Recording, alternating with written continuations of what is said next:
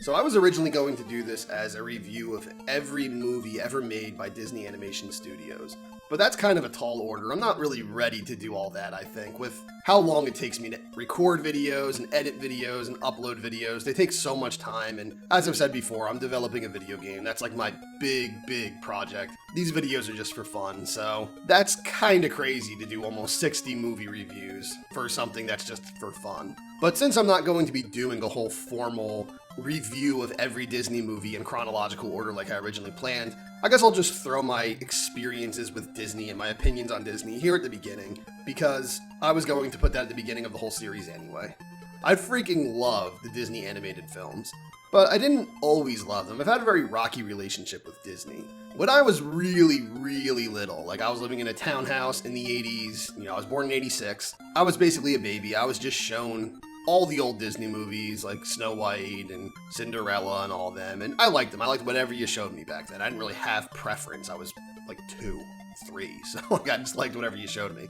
But nothing really blew me away. The first animated movie I got really into was The Land Before Time, which was Don Bluth. That was not Disney. But then I got really into The Little Mermaid. I really liked that. I had a lot of fun watching it, but it was kind of like a secret obsession, I guess, because my brother was all about, like, we couldn't like anything that was for girls, and that was like a girl thing, so we weren't supposed to like Little Mermaid. So I kind of kept it like secret how much I liked it, but I really liked it. Anytime my sister would put it on, and when she liked a movie back then, she would just watch it over and over and over again. Anytime she put it on, I would just run into the living room to watch it too. I'd be like, oh great, it's Little Mermaid party time. Time to go play in the living room and have a great time and watch this movie. And, a lot of times I wasn't even fully watching. I'd just be playing in the room and looking up every now and then and watching a scene. But it was always there, and I loved it being on. I loved the characters. I loved the visuals. I loved the music. I really loved that movie. And now that movie's just kind of gotten a stronger and stronger love as I've gotten older, because all that stuff that brought me so much joy as a kid just like really comes back to me when I see that movie again. But we'll get to that in a bit when we actually start talking about The Little Mermaid.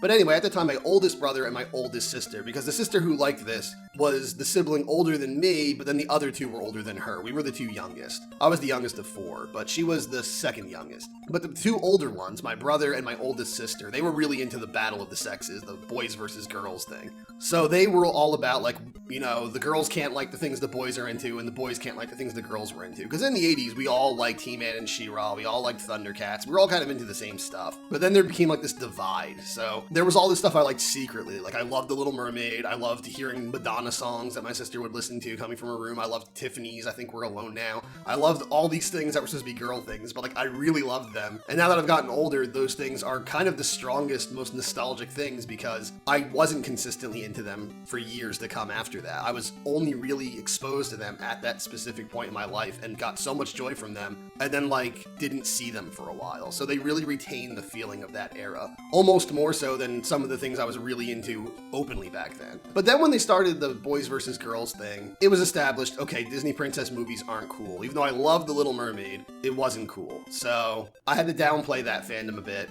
And then when Beauty and the Beast came out, naturally I just didn't really care that much about that one, honestly, as a kid. That one was easy to not care about, because it was like, it didn't bring me in the way Little Mermaid did. Same goes for Aladdin, which is weird, because in retrospect, Aladdin is really like a movie that's, really none of them are targeted at a specific gender, but Aladdin's really more about the boy characters than it is about the girl. Like, Jasmine's like maybe the 4th most important character in that movie. Like, she's actually very downplayed, but for some reason as a kid, I just saw it as like a dumb girl movie. I just saw it as a princess movie. I didn't hate it. It was fun. I didn't hate any of them. I even liked Beauty and the Beast, but I didn't like love them the way I loved The Little Mermaid. But then The Lion King came out, and me and my brother became obsessed with The Lion King. My brother was already really into like the African Serengeti theme. He loved having toys of like elephants and giraffes and stuff, and setting up these African scenes. Even when Ninja Turtles were doing like Dr. L and King Lionheart and Half Court, he was really happy that they were doing all like the big African animals. So that was like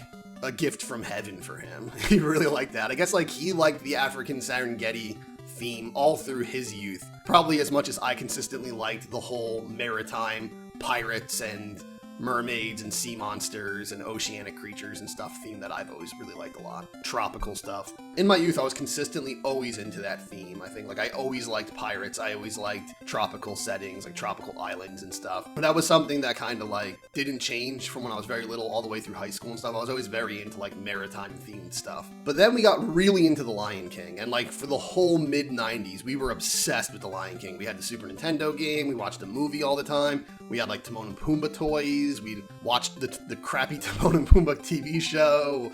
Like, we were obsessed with The Lion King. We drew the characters all the time. I had a coloring book. I had stuffed plushies. I had little finger puppets of the characters. Like, we had a lot of Lion King stuff. And also at the time, we got really into The Nightmare Before Christmas. That was like, I didn't think of it as a Disney movie as a kid. I knew it was Disney, but I didn't really think of it as a Disney movie. I thought of it as just like a Tim Burton movie for most of my life. And that became a huge deal. Like, around Halloween time, that just became something I always watched every year. And I remember I found out how to like record onto cassette tapes on our stereo in the living room off of our VCR, so I recorded all the songs off the movie, and I mixed it up with the Killer Cuts soundtrack that came with Killer Instinct on Super Nintendo. Because for some reason, Killer Instinct was like a Halloween game for me and my brother. We played it every year at Halloween. So we had this Halloween album that was all the songs from Nightmare Before Christmas, mixed with all the songs from Killer Cuts, organized in my own personal order. So it became like a really big deal too. That was like the Halloween movie for a while for me. Like that was like a really big deal at Halloween time. So for that time, we were really into Disney.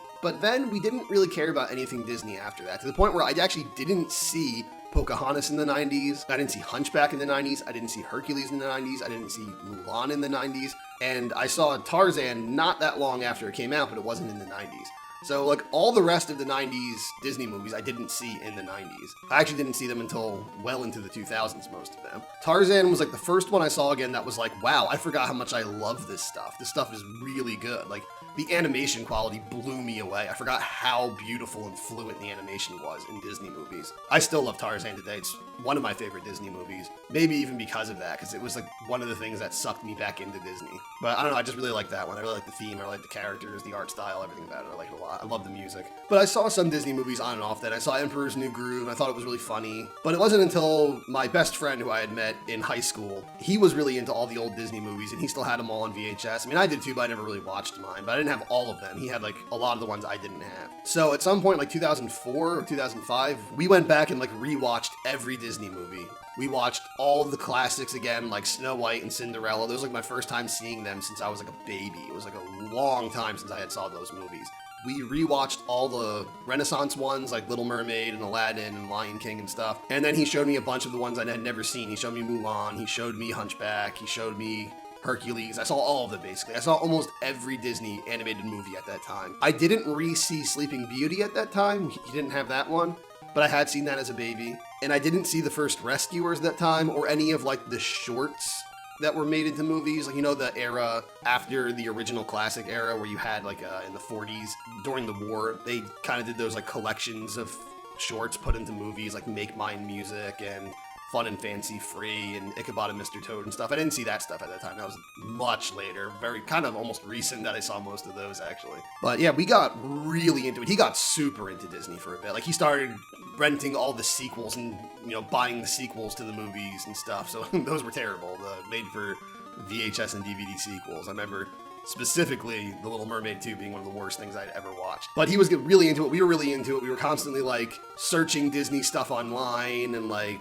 looking up lists of Disney characters and looking up at, like, the people who dress up as the characters at the parks, and we were always talking about Disney. He bought some Disney books and stuff. Like, we were just, like, really into Disney again. It was kind of cool, because that was my first time really, like, accepting the whole Disney library as, like, a really cool, complete package, kind of. Because before that, it was, like, I liked the odd movie here and there, but I generally didn't really care that much for Disney as a whole. Like, I know when I was really little, I didn't like certain things about the classic art style. Like, certain characters like Dopey, I didn't like their faces. Like, the art style just, I didn't like it. But as I got older, a lot of that stuff grew on me more. And also, the Renaissance stuff, I really liked the art style from that, so yeah, but we became, like, huge nuts for Disney for a bit. And it was kind of cool. It was the first time I was, like, a real Disney fan. Like, not just a fan of a Disney product, but a Disney fan. But then I graduated high school, and suddenly I went through my, like, I'm too cool for everything phase.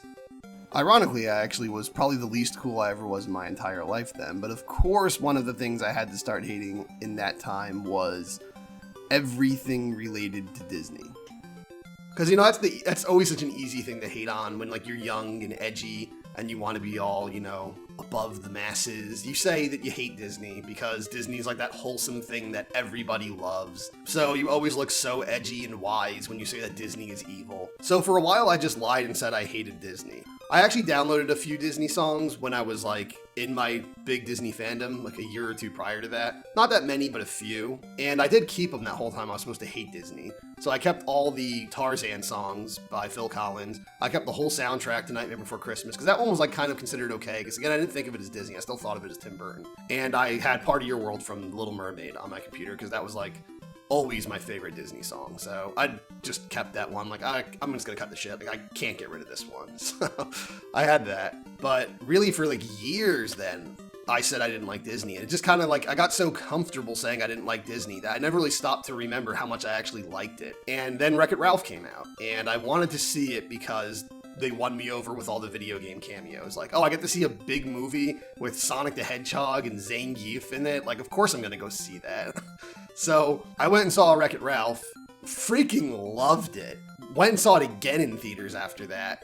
And then just like after I realized how much I loved Wreck-It Ralph, I just went back and rewatched all the Disney movies again and fell in love with them all over again. And I've been a diehard Disney fan since. But anytime I go back and revisit the Disney catalog, I seem to like The Little Mermaid more and more each time. I remember more and more what that movie meant to me as a kid and how happy it made me as a kid. Like how much joy I had every time that movie was on. And it just really stood out as something special for me personally. It's not even just a movie now, it's a representation of a point in my life that I was just so happy during. There's other things during that time that represent that point in my life, represent that happiness, like Full House, the sitcom. Even though we all watched it as a family at that time, every Friday, and I didn't say it was dumb. I still watched it. I wasn't like a diehard fan because I was barely paying attention to it mostly. I was like 4 or 5 years old, so I wasn't really paying that much attention to it, but just the fact that we watched it every week, now Full House, and all those characters in it and stuff, and the theme song, everything about Full House just tugs at my heartstrings, and I just love it so much because it reminds me of that time.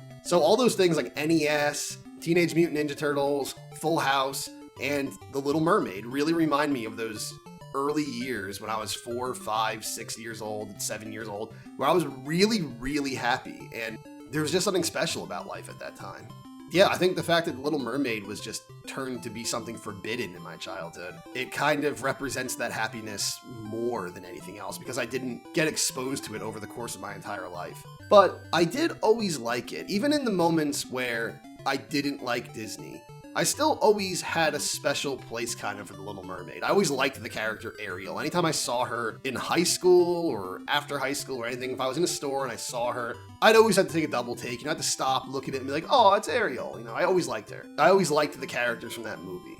But there even was a point during my hater time where I tried to say The Little Mermaid was a bad movie. But even then, I couldn't bring myself to say I didn't like the character Ariel. I always liked the character Ariel. But the movie's so much more than just that. This movie, I know, is extremely important to me personally. But that's not even just the only reason why I think this is a great movie. I think it's just an amazing movie in pretty much every single way. It just stands out to me as one of the best, one of the most important Disney movies, or just animated movies of all time. So I'll get more into what it means to me personally later on. Let me just talk about the movie in general. Now, everybody knows it. There's no point in me like reviewing it or like telling you the plot of the movie or anything, because everybody's seen this movie. Everybody knows this movie. It was one of the most important Disney movies ever made when it came out because Disney had been in a slump since Walt passed away, pretty much. Like, The Jungle Book was a big deal, and then he passed away during its production. And after that, they were just tripping over their shoelaces for ages. Like, there was just decades where they were just, putting out good stuff, but not quite on par with the stuff they were known for. They never matched the splendor of the films like Cinderella and Sleeping Beauty again. I think everyone will agree that movies like Robin Hood and Great Mouse Detective are great movies. They're a lot of fun. But I don't think most people would rank them as one of the best Disney movies ever made. And if you do, that's fine, but I wouldn't personally. They feel more like fluff, more kind of like filler. I like Great Mouse Detective better than Robin Hood, but that's not what we're talking about. But it was undeniable that Disney was no longer the kings of the animated film by the time the 80s came around. Don Bluth was kicking their butts. Like, Don Bluth really just was the phoenix that rose from the ashes. And, like, you know, he had An American Tail, he had The Land Before Time, he had All Dogs Go to Heaven, he had a bunch of heavy hitters. He had The Secret of Nim, which was great, but it wasn't as popular as those other ones I mentioned. But he had Dragon's Lair in another realm of media. So Don Bluth was just dominating in the 80s. And then there was the point where Disney's Black Cauldron lost at the box office to the Care Bears movie. And that just marks an all-time low for Disney. Like, that's embarrassing. The Care Bears movie destroyed the new Disney film. So Disney really needed to get their act together. And The Little Mermaid did everything they needed at that moment times 50. Like, this movie, the expression dialing it up to 11 doesn't even work. This is dialing it up to 111. Like, it was just so big, so grandiose, so much bigger and better than anything they had ever made prior to that. They made the most fluent, beautiful, clean animation that they had ever done at that point in their career. They had the most diverse, well-animated and expressive and unique character designs they have ever had. Just the ideas of characters like Ursula. How could anyone even decide to make an animated character that ambitious? Like, there's so much personality in every single movement of her arms. It's insane. But then you also have all those tentacles that have to move constantly with the character, and they do it so flawlessly in the movie. Every little bit of movement she has so much personality, so much sass to it. It's like malicious also. She's fabulous, but she's malicious, and it's great. She's just such a well-designed and animated character. I feel like really just bigger and better than any villain they ever did before. And that's how everything in this movie is. Ariel is the most expressive princess they ever designed. Like, you look at Snow White and Cinderella, and they're obviously rotoscoped. They have that weird thing where they don't fit in with the cartoony characters in the movie. Like, you look at the Seven Dwarves, or you look at the mice from Cinderella, and they're all goofy and cartoony. You even look at, like, the king from Cinderella and his, like, underling guy, and they're super cartoony. Then you look at the princesses and the prince, and they just look like these awkward, traced, real people. Like, they're realistically proportioned, they have small eyes, and they're not very expressive. They're nowhere near as expressive as all the cartoony characters, because, I mean, cartoons are just way more expressive than real life. That's one of the purposes of it, to communicate emotion and visually show things bigger and better than we can in real life. And they just have that weird look where they're kind of like missing facial features. Sometimes they don't even have noses, they just have nostrils, and they just look very empty. They're like these blobs that just took on the shape of realistic human beings. Whereas Ariel has these super big expressive eyes, this giant smile, and just her mouth can just emote so much, her eyes emote so much, her eyebrows emote so much. Hell, her hair emotes so much. Her hair is the best animated hair I have ever seen in anything ever. Animating hair underwater is already, like, impossible to do well. They not only do it well, they knock it out of the park. There's, like, not a moment of this movie where her hair is not moving. It's bouncing naturally all the time. Even when she's on land, it's always bouncing and flowing the way it would. It looks natural. It looks amazing. Her hair looks so good. And underwater, it's just breathtaking. It's crazy how much animation they were able to do with Ariel's hair. And I feel like Ariel had to be a very expressive character visually, because they knew she was going to be spending a third of the movie with no voice, so she had to be able to communicate through her face and her body language. So I think that's important. That's why she's kind of the most expressive Disney princess they ever made. But it's also just a testament to how great the character design is. Like, Triton looks so good, so unique. It doesn't look like any Disney character before that. And Sebastian's so unique and such a good character design. Flounder is. Flotsam and Jetsam look amazing. Like, everything is just so unique to The Little Mermaid. Every now and then you get something like Eric's maid. She kind of looks like she just stepped out of 101 Dalmatians or something. But for the most part, The Little Mermaid was just so original with its art direction. It looked so amazing. The animation was so clean. You know, for the 60s and the 70s, they had a lot of that, like, scratchy kind of sketchy look where they didn't even clean up all the line work before inking it. They just, like, inked the sketch marks and everything, just left them on there. So it always looked kind of crappy. It looked kind of like half done. The Little Mermaid was super clean. The backgrounds were so detailed. The colors were so vibrant and crazy and over the top. The music in it was amazing. You know, they have like an old sea shanty being sung by a crew of sailors. They have this beautiful, heartfelt song by Jody Benson, the voice of the legend, the greatest singer ever. They have a Carnival Cruise sounding song with Under the Sea, like one of the catchiest songs ever made. You're automatically having fun if you hear that song. They have one of the greatest deliciously evil villain songs ever with Poor Unfortunate Souls. And they even have this romantic doo-wop song. Like, it's like you got everything in there. You got such a wide variety of songs, yet they all fit the theme of the movie somehow and work perfectly. I feel personally my 3 favorites are Part of Your World, Under the Sea, and Kiss the Girl. Those are just amazing songs. Like, I don't even know how a human being wrote those. Those are so good. Part of Your World still gives me goosebumps anytime I hear it today. Like, I can't listen to that song without getting goosebumps. And it's one of the only Disney songs I know every single word to.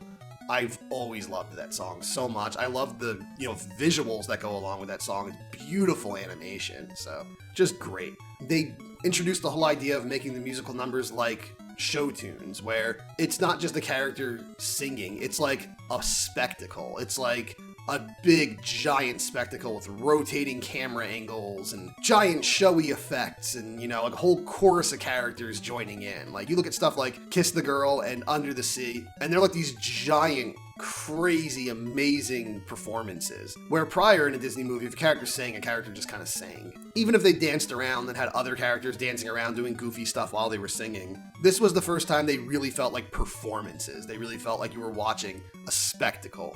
That's really something that just paved the way for Disney movies for years to come. I mean, you wouldn't have the huge, grandiose musical numbers in every Disney movie after that, like, Friend Like Me, or Can't Wait to Be King. It just goes into this crazy, stylized, visual fever dream of effects and, like, creative ideas. It's just this giant performance that really all started with The Little Mermaid. And The Little Mermaid was also good because it was Disney returning to their bread and butter, like going back to the princess story after ages of not doing traditional princess movies. They didn't do them for a long time. I think Sleeping Beauty was the last one they did before this. So they had gone like 30 years without doing a princess movie, over 30 years. And they didn't just go generic princess in a castle, prince in a different castle kind of thing. They went with a totally unique spin on it. They went with mermaids and, well, they call it Atlantica, but like Atlantis, it's underwater kingdom. And they went all in with this new theme, and it really lent itself well. It opened the door for these great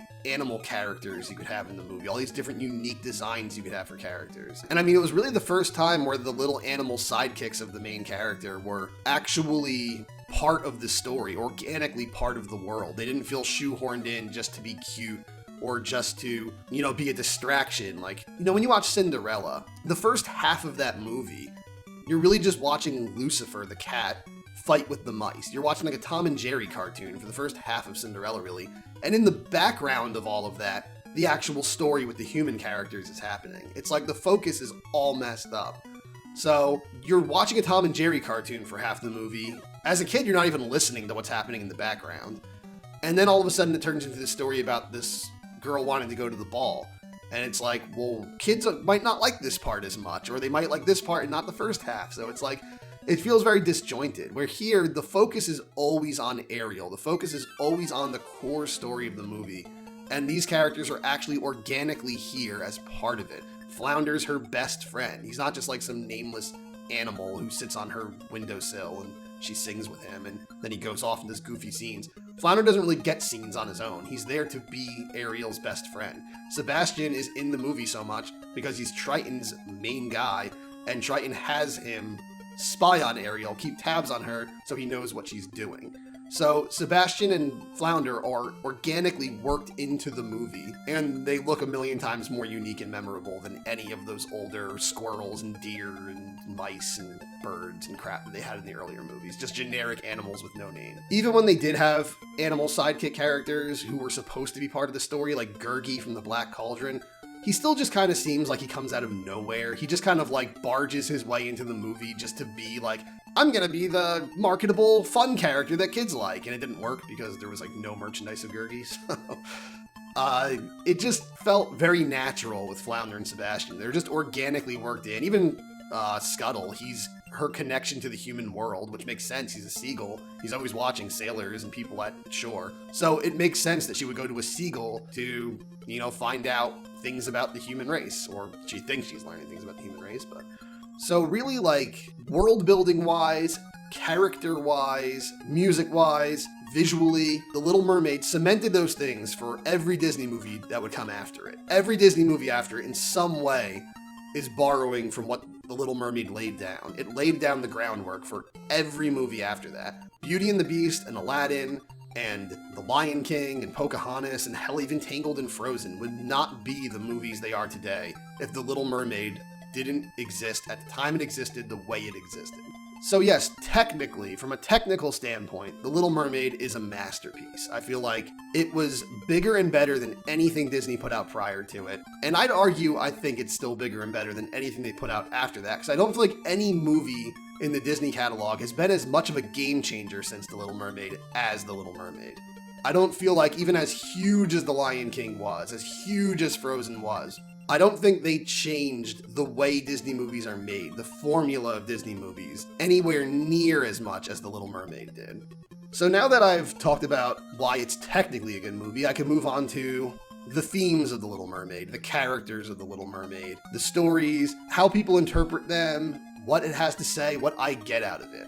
So, most people love this movie. This is one of the most popular Disney movies ever made. There's really no reason for someone like me to have to make a whole video essay talking about why this is the most amazing thing ever made. Most people agree. Even if they don't agree as much as I do, they don't think it's the best Disney movie, it's probably one of their favorites. If you ask most people what their favorite Disney movies are, I guarantee almost every single person you ask is going to say Little Mermaid in their top 3. Obviously there's exceptions, but a lot of people are going to say this. I think a lot of people will have it as their number 1 favorite. I mean, hell, Ariel and The Little Mermaid as a whole is still one of the most marketable Disney properties. She's like one of the most marketable characters. You see so much merchandise of Ariel. You see so many kids wearing Ariel shirts and with Ariel dolls and just Ariel backpacks and Ariel band-aids and products and stuff. Like, so many grown adults wearing Little Mermaid shirts or owning Little Mermaid merchandise and stuff. Like, everyone loves it. You just go into any store, you'll see Little Mermaid merchandise. You can go anywhere. You can walk into a CVS or a 7-Eleven or a Rite Aid or a mall or a Macy's or an Old Navy or a GameStop or any store. You walk into any store, a ShopRite, and you are guaranteed to see Ariel at least once. I feel like The Little Mermaid, Frozen, Lilo and Stitch, and Nightmare Before Christmas are probably the most merchandised Disney properties. Lion King is probably number 5. But despite the fact that most people do love this movie, I know there are a lot of people who do complain about this movie. They do say that it has bad morals or it doesn't have good character development. And, you know, to be fair, I said that once in my life also. When I was going through my hater phase in my early 20s, like 19, 20, 21, 22, like all through that time, when I was trying to pretend I hated Disney, I would say The Little Mermaid was a messed up movie. I would say that, you know, Ariel is kind of a little brat who just disobeys her father and doesn't listen to anything he tells her. And then she gets everything she ever wanted, and everyone has to just give her what she wants, and she lives happily ever after and learns nothing. And that is one way you can look at the movie. I mean, I'm not going to pretend that you can't see the movie that way, because you could realistically see the movie that way. But I think the movie's a lot deeper than that. I think that's kind of the surface level, kind of ignorant way to look at the movie, to be totally honest. Because, I mean, for one, people who make that argument conveniently also always forget that, well, Triton has a blind hatred for human beings, and Ariel has no idea why he hates human beings. She doesn't know why she's told she's supposed to hate human beings. She was raised being told to blindly hate human beings for no reason, just because they're human beings. But she's fascinated by them, and she loves them, and she sees the good in them that her father doesn't. And she wants to bridge their world. She wants to be part of their world because she sees how wonderful it actually is, despite how much she's told she's supposed to hate it. And that's an extremely powerful message. It's hinted at in the movie that Triton's wife, Ariel's mother, was killed by humans. He mentions that they're harpooning savages, and he's a single father. But at the same time, the movie doesn't come right out and tell us that. It's implied. And he never told her that. I don't know if out of protection or whatever, but he never explains to her that that's why he doesn't like humans. That's why he doesn't trust them. And even if he did, that wouldn't change the fact that he is wrongfully accusing human beings of all being guilty of something that 1 or 2 humans did to someone he loves. It's not fair to label an entire species or race bad because you came in contact with a handful of bad ones. So that right there, I think, kind of already just destroys that whole argument that the movie has bad morals and Ariel's just a spoiled brat just wanting to get what she doesn't have. Like, Ariel actually sees the beauty in something she's told to hate, and I think that's actually really powerful, because, I mean, growing up in a family, your family always tells you how you're supposed to feel about things, and there's a lot of things families are wrong about, and they tell you things that aren't good, that you shouldn't follow, and I think that's a really good message in the movie, that it shows that Ariel's able to see the good in them, that she's able to look past the hatred that's been pumped into her brain since she was a kid.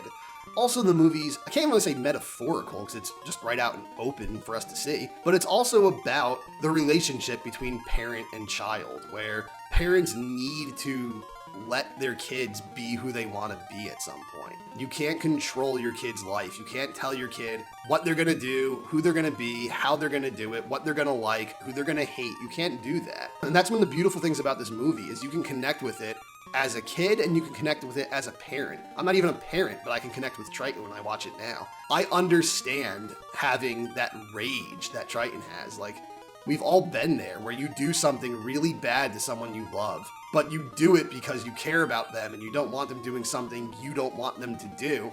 You don't think at the moment that maybe they want to do this and maybe that's best for them. When he destroys her treasure trove, it's so horrible. And you see the look on his face as he's leaving, that he feels so bad. He's too angry to explain anything. He's too one-track minded to like ever really tell her how he really feels. Like I understand that. Like, it's hard to express emotions, and I can feel that. It's like, it's hard to tell the people you love how much you love them. Sometimes they just see the worst part of you. And I can really see that he thinks he's doing good for her, but at the same time he can see that what he's doing is killing her on the inside. And that's killing him inevitably. So it's like, you feel that look he gives over his shoulder after he destroys the room and she's just laying there crying is so powerful, because it's like, we've all felt that at some point in our lives, that we're trying to do good for someone, but we can see all we're doing is hurting them. And nobody wants to hurt the people they care about. And that's just another thing this movie does. The emotion is just so real. It doesn't go over the top with the comedy like many of the movies after it would. There's plenty of comedy. I mean, you have a character like Scuttle who is only there for comedy, but it's organically just blended in with the movie. I'm sorry I've said organically probably about 1 billion times in this video now, but it's just there naturally, and it lets it get emotional when it needs to. You know, when she's crying after he destroys the place, Flounder and Sebastian try to come and comfort her, and she just says, "Go away, please go away." And they go away. Like in any other movie, like in a modern movie now, there need to be like a joke there. There would need to be a little punchline. Like they walk away and then like Flounder bumps his head and Sebastian farts or something. In a modern movie, they'd have to throw in a joke. They're like, oh, that's too much emotion, throw in a joke. And there are some modern movies that will let you marinate in the emotion. You know, Inside Out did that. Frozen 2 did that at times. But this was before. I kind of blame Aladdin for this trend where the genie, Robin Williams, I mean, you got Robin Williams. Let him be Robin Williams. And he was fantastic. I liked that Aladdin had more of a comedy edge to it than the previous ones. It gave it a unique identity. And Robin Williams was fantastic as the genie. He was hilarious. But then in The Lion King, suddenly we have Timon and Pumbaa. And as a kid, I loved them. But getting older, it's like, they're really not that funny, to be honest. Like, there's a couple lines, like he looks kind of blue. I'd say brownish gold. That made me laugh the last time I saw The Lion King. Even though I knew it was coming, it was just like, oh yeah, you know, that is a funny line. But they just feel very shoehorned in. They feel very unnatural. Like, all of a sudden the movie's just like, here are the characters you're going to love and want merchandise of and quote and laugh at all the time and wear pajamas for. You're gonna love Timon and Pumbaa because they're just chock full of laughs. And a lot of it isn't that funny. They copy the Robin Williams thing where they make pop culture references, but it's like, but how could they know about that? How could they sing The Lion Sleeps Tonight? How could he do, they call me Mr. Pig? Like, it's not really funny anymore. The genie at least works too, because he's like some cosmic being who's just infinite, so like, yeah, he could know all those references because he knows everything. But Timon and Pumbaa, just like little animals in the jungle in Africa, how the hell they know about like television and music from human society in America? That makes no sense. But it just seemed like every Disney movie needed that. I mean, even in The Lion King, you have so much more comedy. Like, you have the hyena characters who are just complete goofballs, where, like, even in very serious scenes, like where Simba's exiled from the kingdom, it has to end with, like, the hyenas being idiots and calling each other cactus butt and stuff. Like, they never really have a serious moment. In The Little Mermaid, you have the scene where Flounder takes Ariel back to her treasure trove, and she sees the Prince Eric statue, and she's doing like cute little joking, like she's pretending to talk to him and everything. But it's not like pause the movie, comedy time. It's just like a natural scene of friends hanging out and her having a crush on him. It's cute. It's, endearing. And then Triton comes in, and it's emotional. He destroys the whole thing. It's scary. It's sad. It's tragic. Then you have Ariel crying, telling her friends to just leave her alone. She needs to be alone. Then having the creepy Flotsam and Jetsam coming in and being all eerie and persuading her to go see Ursula. Then she follows them and goes to see Ursula. Then Poor Unfortunate Souls happens. Like, you have her turning into a human. You have Flounder and Sebastian somehow possibly lifting a human up to the surface from the bottom of the ocean. But anyway, you have like serious moments in the movie, like serious beats. No pause for comedy for a long stretch of that movie. It's not until she awakes the next morning and Scuttle shows up that the comedy comes back. And then we get a lot of comedy of Ariel when she can't talk and she's trying to blend in with the human world. That's when Ariel shines the best with her comedy. She's hilarious at the dinner scene. But there's really not constant comedy beating you over the head in The Little Mermaid. There's jokes, there's cute little puns and stuff thrown in, but the movie never feels like it just hits the brake just for several characters to do stand-up, like Disney movies felt after a while. We always needed the big celebrity-voiced comedic animal sidekick character.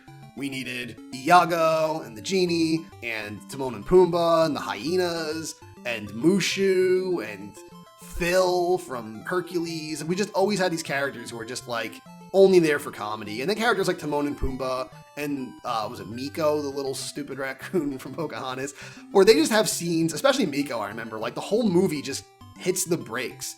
And you just watch this silent comedy scene of a raccoon that's completely irrelevant to everything else. But that's not to say there's no comedy, though. There's plenty of comedy. I mean, the whole scene with Sebastian and Chef Louis, I thought that was hilarious when I was a kid. I don't know why. As a kid, that was like the funniest thing in the world to me. When Sebastian starts beating up the chef in the kitchen, and he's like honking his nose with his pincer, and the chef is getting his toe stubbed and everything. Like, I thought it was so funny just watching that guy get his butt kicked by Sebastian. Like, that just drove me nuts as a kid. I was like dying of laughter when I saw that as a little kid. To the point where my mom would actually start laughing her ass off just at how much I laughed my ass off. Like, she wanted that part of the movie to come up anytime it was on, just so she could watch me flip out laughing to it. So it has comedy. It has great comedy in it. But it doesn't have like over the top, stop the movie, let's do a comedy routine kind of comedy. I'd say that moment is probably the biggest case of a point where the movie just stops just to have a comedy scene. But that's just the thing. The movie is emotional when it needs to be emotional. It's serious when it needs to be serious. It's scary when it needs to be scary. It's heartwarming and endearing when it needs to be. It's fun and action-packed when it needs to be. It just knows what it needs to be, and it never feels wrong. It always feels natural. I feel like there's so much emotion in this movie. I kind of hate hearing people downplay its story and its message that much, because I feel like there's so much heart in this movie. Everyone complains that Ariel falls in love with Eric immediately and, just turns her back on her old life just to be with this guy who's just, she sees the first hot guy she sees and she's like, all right, that's what I want to spend the rest of my life with. And yeah, that is kind of rushed, but I mean, it's an hour and 20-minute movie for little kids. They do need to speed things up a little bit. I think there could have been like a hint that she's been seeing him multiple times. Like, this is not her first time seeing him. They could have made it where like she has seen him several times before and she's seen what a good guy he is and she loves him for who he is. But also, that is technically, I know it sounds like I'm stretching, that is technically part of some mermaid mythology. Now, obviously, there's different versions of mermaid mythology, because as everyone loves to point out now, yes, original mermaid mythology, they just dragged sailors down to the bottom of the ocean and killed them. But there's so many different versions of mermaid mythology. In some of it, that was a rule, that a mermaid will fall in love with the first human that they're attracted to. That when the first human they really set eyes on, they'll fall helplessly in love with them. But I think even more so than that, it's like, yes, it helps that Ariel and Eric are both really hot, but I think the real reason is that, they're already attracted to each other, but they have something that the other one wants. Eric just seems like such a genuine guy, he loves his dog, he's a great guy, he's not a vain guy, he doesn't want the statue of himself, he saves his dog's life when everyone else is trying to abandon the burning ship and everything. Ariel saves his life. There is a lot of chemistry that first night, to be fair. I mean, if I almost died and Ariel rescued me out of the ocean and I woke up and saw her singing with that beautiful voice to me, I would be helplessly in love with her also. Because, I mean, I was when I was a little kid. I had a major crush on Ariel when I was a little kid. I thought she was one of the most attractive characters I've ever seen. I thought she was so hot. I thought she was adorable. I thought she was super fun. I just liked the character a lot. I've always liked the character. She's just a ton of fun. But yeah, okay, it is rushed. I will give people that. It is a rushed love story. But now I'm going to go on a little side tangent. Now, I'm not trying to crap on Beauty and the Beast. I love Beauty and the Beast. That movie is a masterpiece. But I love The Little Mermaid a lot more. And I do have some beef with Beauty and the Beast, mostly because of certain talkings about the movie. So Belle was created specifically in response to some complaints that some people made about Ariel. There were some people who complained that she was just like this beach babe. She was a boy-hungry beach babe. She was just made to be sexy and kind of like an immature teenager who's just, falling in love with the first guy she meets, and she's not a strong, independent character or anything. So Belle was supposed to be a response to that. Now let's look at Belle for a second. Belle is just a girl who doesn't talk to anybody. She's kind of weird. She's still just pretty, but she reads books. She just reads books. That's all she does. That's her whole personality, pretty much. She reads books, and she's a nerd, I guess. She's a nerd. She just happens to be a very attractive nerd. Her father gets kidnapped by a horrible jerk who was such a horrible person. He had a curse put on him, turned him into a giant bear ox. He's just that much of an unlikable person. And he kidnaps her father and throws him in a dungeon, throws him in a cell, just for showing up at his house by mistake. And he keeps him prisoner. Belle has to go there and find Maurice, her father. Was it grandfather? I don't know. He looks way too old to be her father, but I don't know. I don't know how old Belle is. Maybe she's 30. I have no idea. But she goes there, finds that her dad has been kidnapped by this horrible monster, which is like, if she never went there, he would have just died in that cell because of the beast. She offers to let him take her instead of her father. So he lets her father go, and that's the only reason he lets her father go. Is like, okay, now you're my prisoner. So he makes her his prisoner, treats her like crap at first. Then just because he fights some wolves for her, she starts falling in love with him. And then she falls in love with her captor and becomes a furry and does nothing. She really never fights once in the movie. She doesn't fight in the final battle. She just watches him murder a guy. Then she confesses her love for him after he murders a guy. And he turns into Fabio, and they live happily ever after. Is that really like the greater, more respectable character of the two? Ariel is the only Disney princess ever who was introduced in an action scene. Our first time seeing Ariel, we already learned so much about her. Just the fact that she's not there at the show, she's not singing in the concert, she's supposed to be, and Triton flips out and screams her name, much like Dave yelling at Alvin Chipmunks. We get the idea that she's never around for this stuff. She's always off in her own little world. So, okay, we got the outcasting from Belle, but she has way more personality than that. Then we meet her going treasure hunting. It's okay, she's a treasure hunter. We're in like an Indiana Jones intro. We meet her best friend with her. We learn the relationship between her and her best friend, where her best friend Flounder is a bit of a coward, and she has to like save his life a lot, and she makes fun of him for being a coward, but then he tries to act tough, and they have a cute dynamic right from the start. We believe these friends. They feel like characters who have been friends their entire lives. We see her collecting human artifacts. We already know what she's interested in. We already know she's interested in humans. Then she fights a shark. She saves Flounder's life multiple times from the shark and outsmarts him and gets away. So it's like, okay, we have an Indiana Jones intro for this Disney princess who apparently is a bad role model. I don't know. I think she's awesome. That's like the most fun intro to a Disney princess ever. Then she sings the greatest song ever recorded in a Disney movie. And we learn so much more about her, about what she wants. She has big dreams. Belle's only dream is, I hate this town. I want something bigger. Really just, I want a prince is really all she wants. That's what she's singing about in her book. Ariel wants a world. She wants to experience another world. When Ariel wants something, she goes and gets it. She makes it happen. Yeah, she's a little irresponsible. She does definitely set up some bad situations for other characters because of her selfishness. But at the same time, when she wants something, she goes and gets it. Like, she doesn't really care about listening to the rules that much. When she wants to go watch humans, she goes and watches humans. When she wants to collect human artifacts, she goes and does that. When she wants to talk to a seagull about what humans do, she goes and does that. Ariel knows what she wants, she knows how she's gonna get it, and she does it. It's no surprise that when they made video games for The Little Mermaid, every single one of them you play as Ariel. The NES game, you play as Ariel. The Tiger handheld game, you play as Ariel. They just didn't even have to think about it. If you're gonna put an action character as the main character of The Little Mermaid, just use The Little Mermaid. They don't make games where you play as Belle or Jasmine. I feel like every princess after Ariel is kind of just a watered down version of Ariel, honestly. I like Belle. I don't want to sound like I dislike the character. I love Belle. I love Jasmine. But I mean, Jasmine is barely in the movie. She has an animal sidekick who does nothing. He's just a tiger. He doesn't really do anything. She complains about being, cooped up in like the royal life. She wants to go out and see the world. She wants more. So it's like, she's Ariel, but we really don't get to know her. I don't really know that much about Jasmine. She just doesn't want guys fighting over her. She doesn't want to settle for a guy, but then she settles for a guy anyway and gets married, and stays part of the royal family. That's also another thing for Ariel. I mean, yes, Jasmine was a princess who married a street rat, but Ariel already was a princess. She's the daughter of Triton, King Triton. Her dad owns 75% of this planet. He's the king of everything. He's arguably the king of the world. So she has the most powerful, most royal parent you could possibly have. She has the most royal blood flowing through her veins. So her marrying a prince, she's not trying to get anything material out of that. That's just who she likes. If anything, Eric actually makes out a lot more. I mean, he's just the prince of, who knows, this castle on the cliff over here.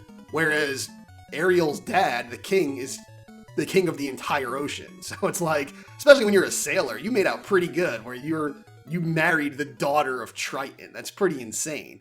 You're never gonna have a bad fishing day ever again. Or maybe you will. Maybe you're not gonna be able to go fishing ever again.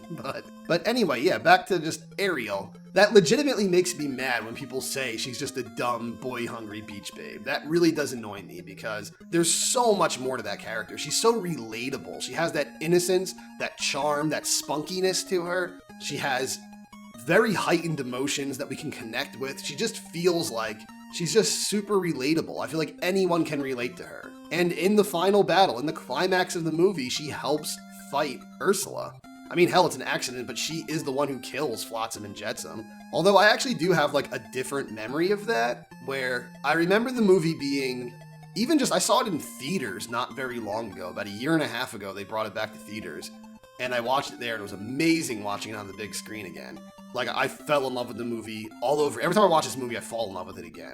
Even then, I remembered it always being this way, that at the end, when she kills Flotsam and Jetsam, I remember, like, she's wrestling with Ursula for a while, and she's kind of, like, choking her with the bar of the trident.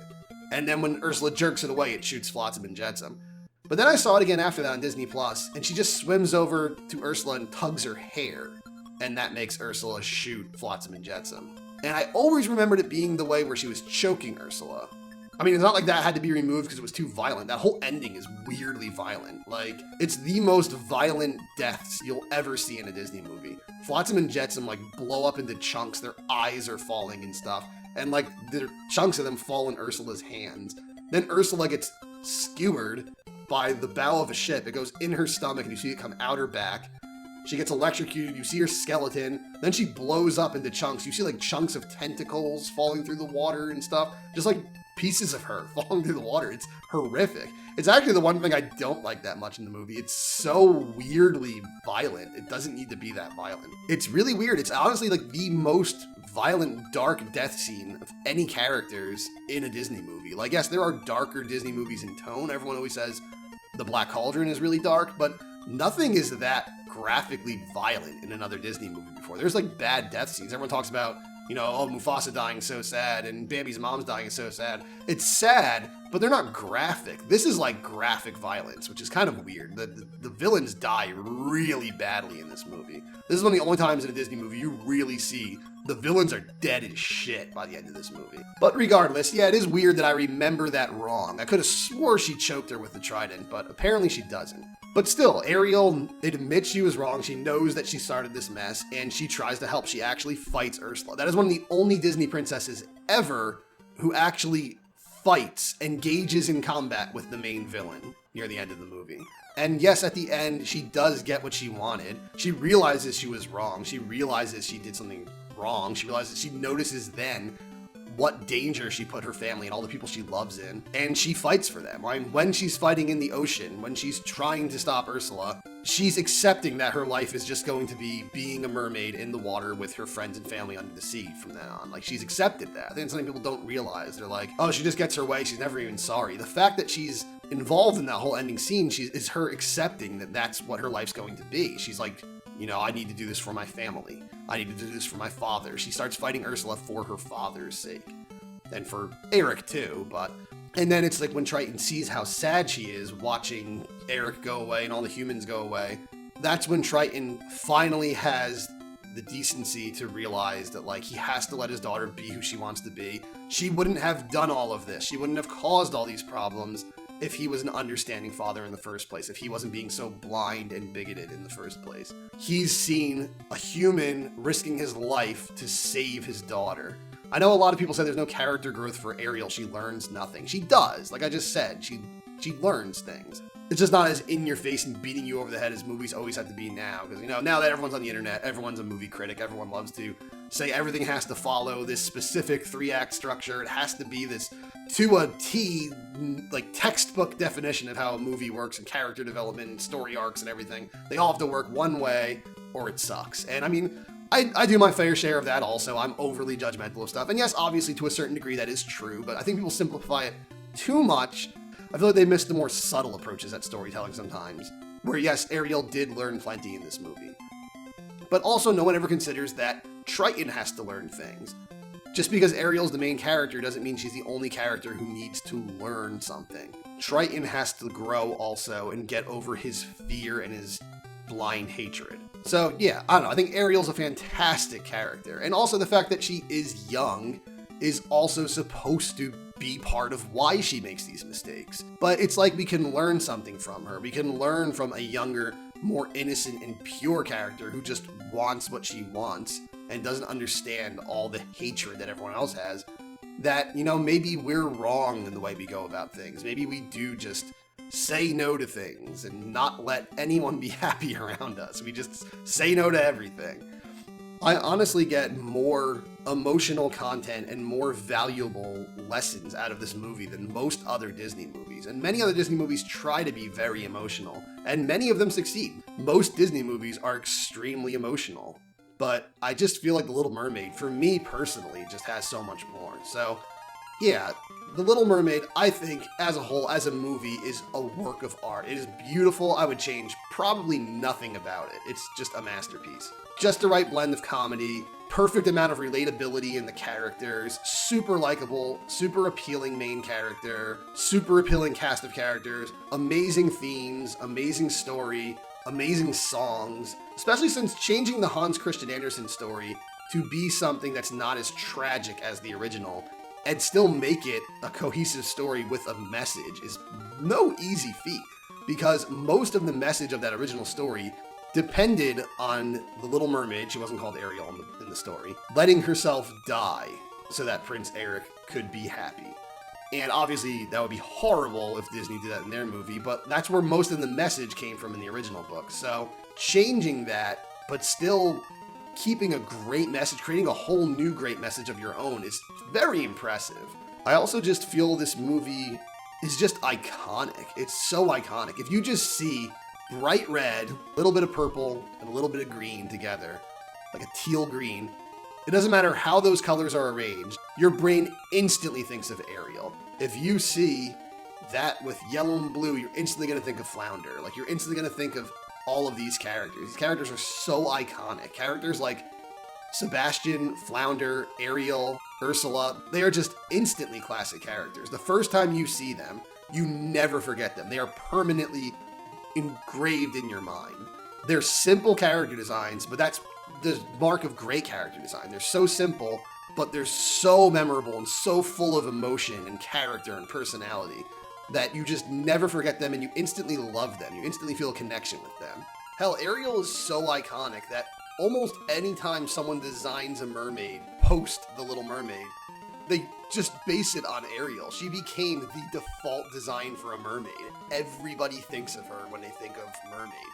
Hell, if you just search mermaid online, in any site, you're going to find Ariel results immediately.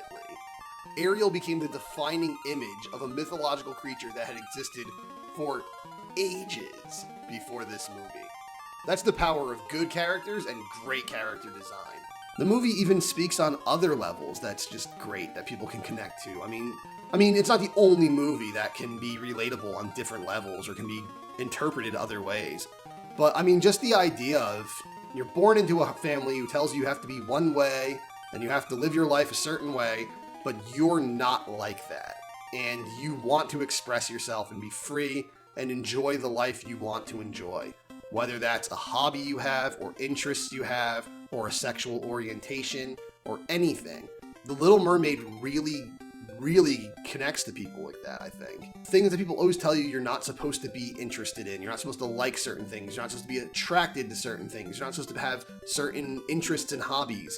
And you just do. And your whole life, the world is just telling you you're not supposed to. But you want to, and you want to do the things that you love and love the things that you love. The Little Mermaid just really connects with that. It really does. It's just so beautifully done. It's so relatable. Everybody's felt that at some point in their life. Almost everybody, I guess. Something that you're very passionate about or very interested in that the world just tells you you're not supposed to, or people in your world tell you you're not supposed to or wouldn't approve of you if you did. And Ariel fights against that, and she gets what she wants, and she joins the world she's told she's not supposed to. So I think it's also an incredibly inspirational movie. So those are all the technical reasons why I think this movie's a masterpiece. I can go on about that for ages and ages and ages. Let me just finish this off by going back to personally why this movie is so special to me. Yes, all of those are reasons why I love it, and those are reasons why, even if when I was a little kid and I wasn't aware of it, I still loved it as a kid. But personally, it's just the first Disney movie that really was important to me. It's the first Disney movie that I truly loved. As I've already said, I love the characters, I love the music, I love the visuals, I love the theme. It's probably the thing that made me love the whole theme of, being out on the open sea and sea monsters and mermaids and pirates and stuff. Like, I always loved that theme. And, it's also the movie that's responsible for me being weirdly attracted to mermaids. I've always been very attracted to mermaids. Ever since I saw Ariel when I was 3 years old, I thought she was so hot when I was little. I've always found mermaids hot. Anytime I'm anywhere and I see a mermaid on something, even to this day, I always have to stop and take a look and be like, damn, it's a good looking mermaid. I don't know, I just love mermaids because of this movie. But I just love all the characters. Remember as a kid, I really liked Sebastian. As I said, I found that scene where he was fighting the chef really fun. I loved his songs. I even had like a weird little headcanon I remember saying as a kid where I thought the blue lobster that was hanging out with him during Under the Sea was like his brother or his cousin or something. I was making up some weird story. I don't know. But one of the major things about this movie is there's something that's kind of hard to describe. But I don't know if anyone else has ever felt this or something similar. There's something I call raw moments. Things that I experienced them more as a child. They would be, times where there's just people not around. Maybe they're in another room and you can hear them talking faintly, but usually you're by yourself. And maybe I was just like, creeping around the living room, like playing a little thing in my head, playing a little stealth mission, make-believe thing in my head or something. Nothing really particular, not really thinking about what you're playing is. You're just kind of doing a general vague idea of something. And you just kind of have this moment where you're with yourself. It's like your real self and nothing else. It's just raw. It's just the raw you. And everything is kind of... the world just seems to get a little quiet, a little dim.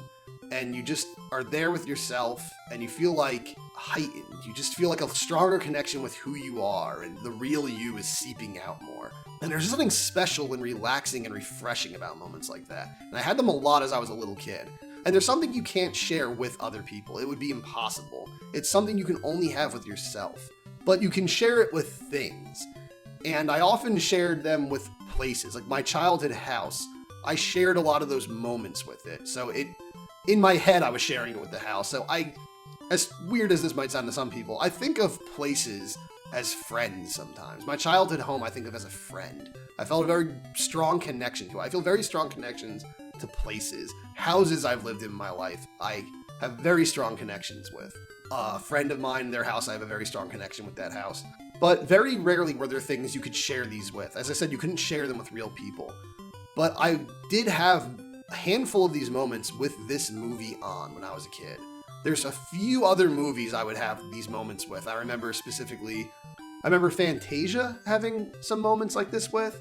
And I remember Dirty Dancing having a few moments like this with, but The Little Mermaid, I had these moments a good deal when I was little, where no one else was in the room, everyone else had left in the living room, it was just me, and I'd be creeping around the room, playing my little game. I vividly even remember there being a time where, like, the opening scene is on, where Ariel's going treasure hunting with Flounder, and, you know, she's kind of, like, creeping around this place and inspecting it and exploring it. I'm kind of playing my own little vague game where I'm creeping around, kind of exploring a dangerous, weird place or something by myself. And while I'm not imagining that I'm on the same adventure as the characters in the movie, it was almost like I was sharing a moment with the movie. Like, I can look up every now and then, see them on their little mission, and feel a connection like, oh, they're on theirs and I'm on mine or something. It's like, so I had some of these raw moments with the movie. So these moments where I was just, you know, 100% just me by myself, and this movie was part of them. So that also was a very strong thing for me. I think it's another reason why this movie has a very strong personal connection for me. Even movies I loved later on, like The Lion King and stuff, I didn't have these moments with those movies. But even then, even when my sister was there, or my mom was there, like I said, it felt like a party putting this movie on. It was like so much fun. The idea of putting this on in the living room and watching this with all these fun songs and laughing at the funny parts, and my sister's enjoying it so much that, like, it just, like, I fed off of that enjoyment, and I just enjoyed it so much too. And, you know, I just love the movie. This whole movie just encompasses that moment in my life, the time of playing in the backyard with my siblings and moving into our new house and playing Nintendo games like Ninja Gaiden and Ninja Turtles and Mario 3 and Mario 1 and stuff, and collecting Teenage Mutant Ninja Turtle toys and watching Full House every Friday with the family, and when pizza was the coolest thing on the planet and everything. Like, just these classic times in my life. This great moment in my life where I just loved dinosaurs and Ninja Turtles and The Little Mermaid. And it's just a very special movie for me. And I think I kind of convinced myself that I didn't love it that much over the course of my childhood, and I kind of pushed it away, and it almost helped me love the movie more and appreciate it more, that every time I saw it, I just fell in love with it again. It just brought all this emotion back and all these memories back and feelings back that I forgot about, and it's just so important to me. I know everybody has a movie like that, a movie or multiple movies that just do that for them, and this one just really does that for me, and I just love it on every level. Like, everything about it. My favorite Disney princess is Ariel. My favorite Disney girl is Ariel. My favorite Disney sidekick character is Sebastian. My favorite Disney villain's probably Ursula. My favorite Disney song is Part of Your World. Like, I just love this movie. I love everything about it. And I've never seen an animated movie that I've loved as much as this movie. I love a lot of Disney films. I feel like there's almost no Disney animated movies I dislike. There's ones I'm not super crazy about, and there's just one that I actually hated, but nothing could ever match the joy and wonder that this movie had. It just came out at the right time. It did so much for Disney, it did so much for animation, it did so much for film, it did so much for just entertainment as a whole. I mean, it's still so popular today. Its impact is still reaching today. But most importantly for me personally, it did so much for me. And I'll always be forever grateful to this movie for bringing me immeasurable joy when I was a child and continuing to return that joy to me throughout my life. It's one of those movies that I think the longer I live, the more I'll love it. Do all the liking and subscribing and the sharing and the bell stuff.